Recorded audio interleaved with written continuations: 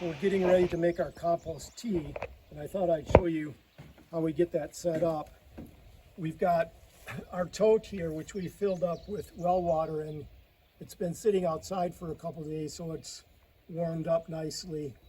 Ideally, I like to use water from the land, like from a creek or a pond or something like that if you have it, because there's already a lot of microbial activity in there. But for a lot of people, they're going to have to use water. If you're using water that's been treated with fluorinated and chlorinated, you're going to want to let it sit out for at least 24 hours. Maybe you want to bubble a little bit. Some guys like to add humic acid to try and counter that afterward, after the chlorine's had enough time to evaporate off. But luckily we've got, like I said, well water, so we'll be using well water for our foods. So in this nylon mesh bag here, we've got our Johnson Sioux mix, and we're going to drive air down through here. At the bottom of the pipe, it's got 3/16 holes. I think maybe there's like a half a dozen of them. And we can also regulate that with some ball valves that I'll show you in a minute. This pipe here on the top is actually a vent. What I found is that even though we've zip tied this bag to this 8-inch PVC cap, this is a DIY compost tea brewer, even though it's zip tied, we still lose some sediment out from this, I believe, underneath this zip tie. So I put this vent on here to sort of minimize the amount of bubbling or pressure that was building up inside there, to try and see if that would reduce the amount of sediment that actually got out into the tank. Of course, now it's a non-issue, because when we need to, we'll run it through our cyclone filter and then our spin down filters to trap the larger sediment. So we've got our bag here that we're going to bubble in, and then we've also got on the bottom of the tank, we've got this T fitting, and this connects to our 1 horsepower Sweetwater air pump.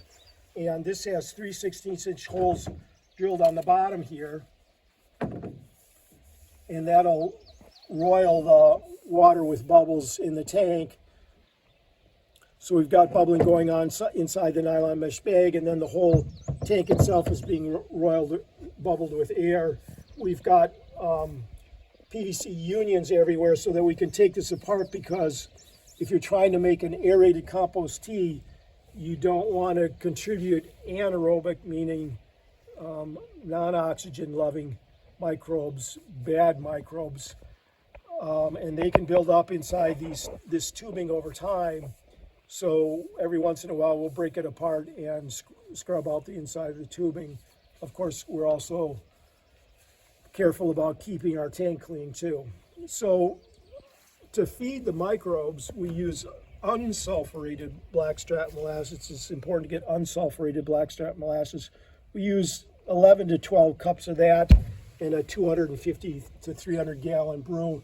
And then we use fish hydrolysate. This one's got chitosan, so it's with crab and shrimp. And Elaine Ingham from Soil Food Webs has commented that she thinks the addition of chitosans in with the fish oil helps with fungi. I've mentioned in other videos that it's really hard to get fungal growth, and we've tried it all. We've tried, grinding up oats and various other hay and things like that, and letting them steep over a period of days with a little bit of blackstrap molasses to try and, or without actually, just actually in that case it was lightly dampened. For example, ground oats to get a fungal growth population going on the oats, and then putting the oats into the water. But the water really roils, and you're not going to get the kind of fungal growth that you want in that kind of environment. I just think it's really hard to do. So anyway, so yeah, we use about 6 cups of the fish hydrolysate, and I've got it in a bucket here. The two have been measured out in this bucket, and I'll be dumping that in a bit. So I'm going to go ahead and climb up here and put this together, and you can see how I do that.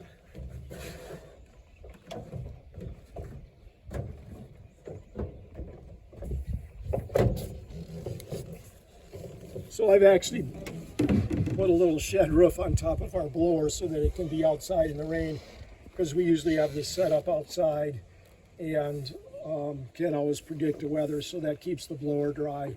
And the blower just comes up here, tees off, and comes down through two, I believe these are 1.5 inch PVC fittings or pipes. So I'm going to put my T connection on first, and in this case I put this one in the middle. Let's see what we got going on here. Yeah, I don't have the right fitting on here. I'm going to have to switch that out, so we'll have to pause the camera. So I had to change the end on this T. We've tried lots of different configurations. We also use this to make our compost extract, and I've got a separate video on the difference between compost extract and compost tea. So they don't sell the unions, PVC unions that we initially made this setup with, and so we've got to switch the end out on that. So I put this in the middle, close to the middle of the tank, and the bottom pipe is running this way, and then we get nice bubbling throughout the whole tank. And then I'm also going to just grab the bag here.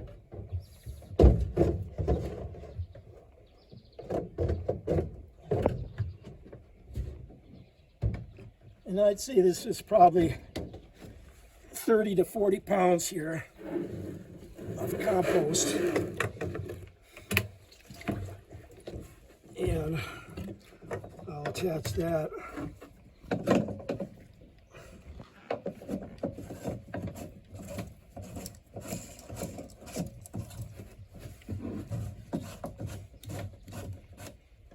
And then I'm going to go full air on my tea, and it does not take much air at all.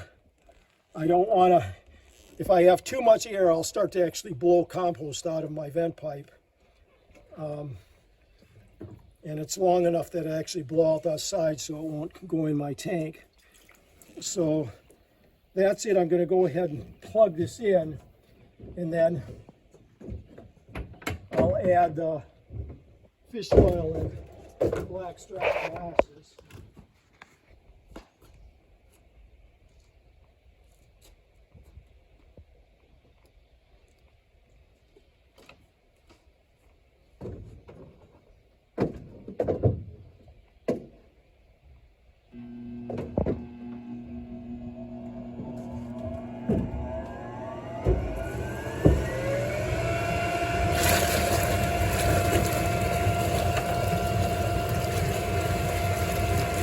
I could actually feel air coming out of my vent pipe. Like I said, this is an addition that I put on.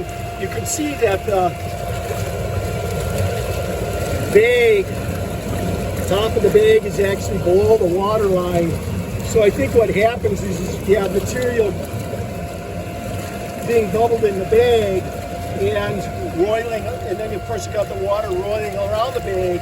And if there's any little gap where that zip tie, you know, maybe the nylon mesh bag is doubled or tripled over, there's a little gap there, I think you lose some material out of there. So I tried putting this vent on there to maybe see if that would minimize the amount of pressure that gets built up in there, because this is, that the PVC cap is below the water line, so whatever air we're putting in there can come up into the PVC cap. And I don't know, it was an idea. I haven't really noticed much benefit from it, but it at least keeps, I can at least kind of see what's going on in there by, you see now I'm starting to get material coming out, so I got too much air in my bag. I'm going to turn it down a little bit. And now I'm just going to slowly pour in the food for the microbes.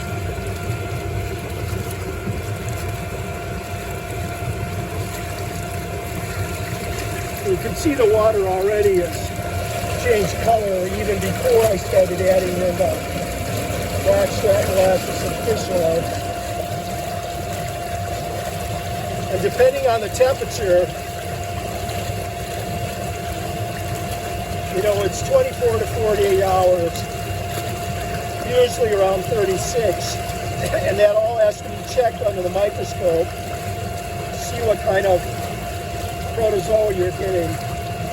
I'm shooting for a nice bloom of flagellates. We shot a video on that, maybe we'll do another one.